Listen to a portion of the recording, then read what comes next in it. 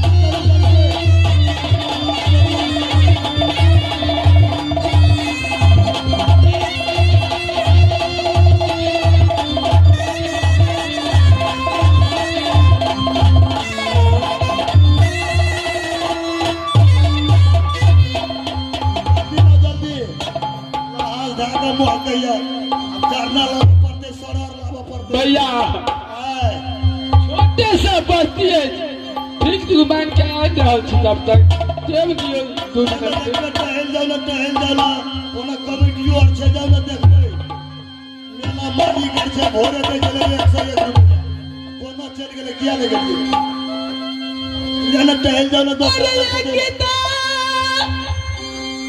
रहीले रे भारी आ दूसरी संग गईलन रे चोरी भैया के दुआर नागन बैठी रहने बिरहन पहुंची जाओ नागन डर गया पुसे तो बिरहन न डसना न जाए तुझे किता रहीले रे भारी आ दूसरी संग गईलन रे छोड़ी अरे सखिया रे तीसरे बिरह में लोगना मान लेना अरे सखिया रे तीसरे बिरह में लोगना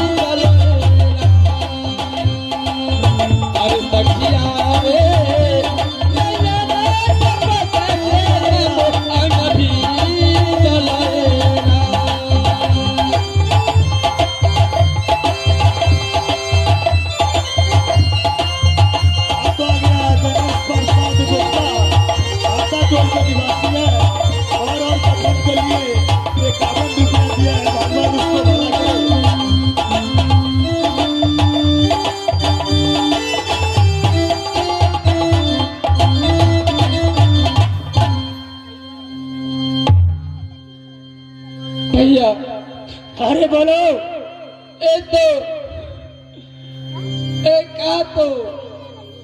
चंदे के बापू भैया की और माई बहन की दादा लगल तो काशी घाट छी और काशी घाट की बस्ती में जाके और भीख दुख मांग के कुछ पैसा न मिला और लाके स्वामीनाथ की जलाती है भैया। ठीक है,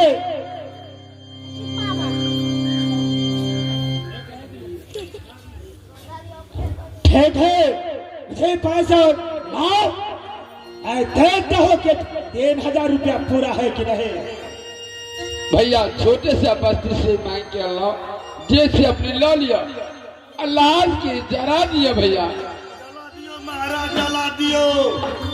कल में एगो हौसलियो बना कर रखते तखनी काम है। तू नगरी के बीच में एक चंदन की गाछ देखा देखी दिन बीते पुरान मन की आस लाश जलाती है भैया। सकम तू आना का छपो रह जाए तो कदर काम कर दे लगे। भमरा व्याकुल मधु बिना भमरा व्याकुल मधु बिना ये कोयल बिना बसंते नैना व्याकुल पति बिना जाने हुए भगवान। हाथ पर भैया लिया अल्लाह की जला दी। ठीक है,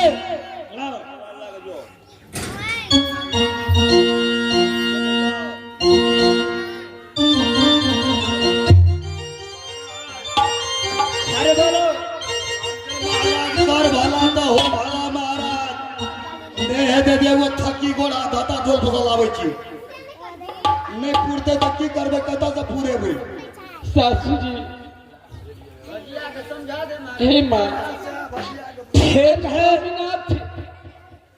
स्वामीनाथ चलो सासू जी मुंह देख ले अब बस कन्या चांदीगढ़ वाले और जहन से जाइए स्वामीनाथ और फिर की वापस आया